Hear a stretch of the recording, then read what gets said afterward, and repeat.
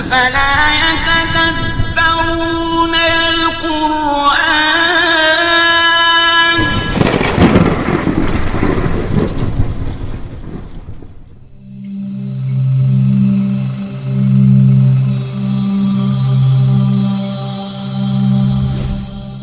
Indeed, Allah is not ashamed to present a mosquito as an example or anything that is above it. As for those who believe, they know that it is the truth from their Lord. But as for those who disbelieve, they say, what did Allah intend by this example? The Quran, chapter 2, verse 26.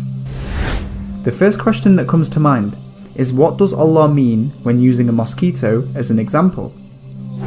Essentially, Allah is saying that even a fly is enough to demonstrate His existence. At first glance, you might be thinking, how? But by doing some reflection, it will hopefully make a lot more sense. Let's consider that this verse came down 1,400 years ago to a tribe in the middle of a desert. It is only in the last 200 years that science has made huge progress and knowledge has increased like never before. What we once thought was an insignificant little fly has actually proved to be a phenomenal species full of complexities. Here are some facts that we have come to know. The mosquito egg is always laid in water. As the mother lays her eggs, she sticks them together into an array to form a raft structure to stop them from sinking.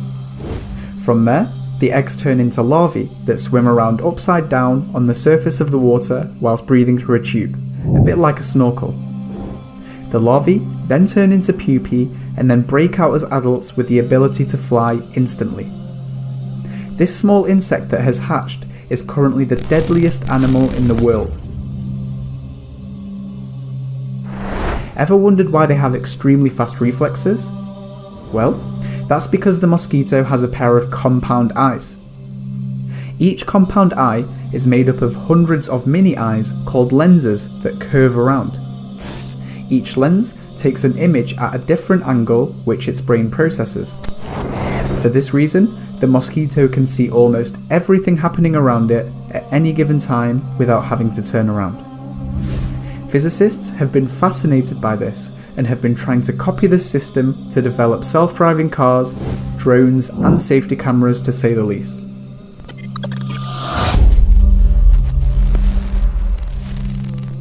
The mosquito uses carbon dioxide sensors to detect your breath from up to 50 meters away. Once it finds its way into your room, it detects heat from your body to land exactly where it will start to suck your blood. This is how they see you in the dark when you are asleep.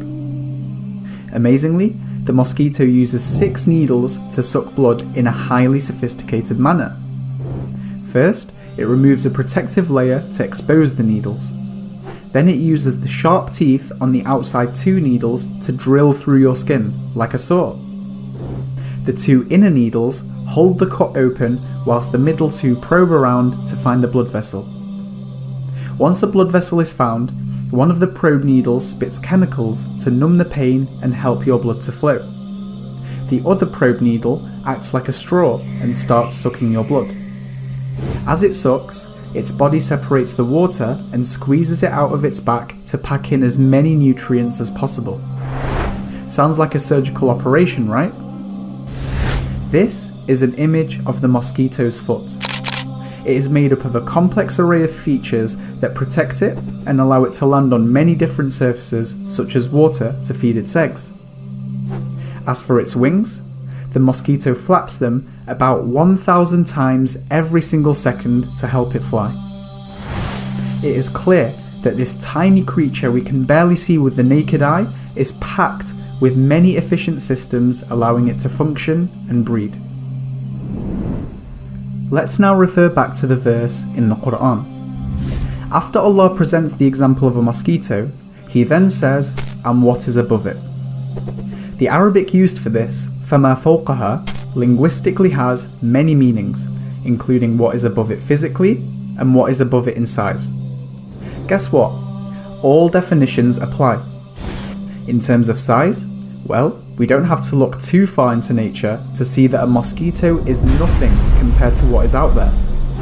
The universe is so complex, yet so perfect, that it is beyond human comprehension. What about above it physically? Well, scientists have discovered that some mosquitoes have tiny larval water mites that live above them as parasites.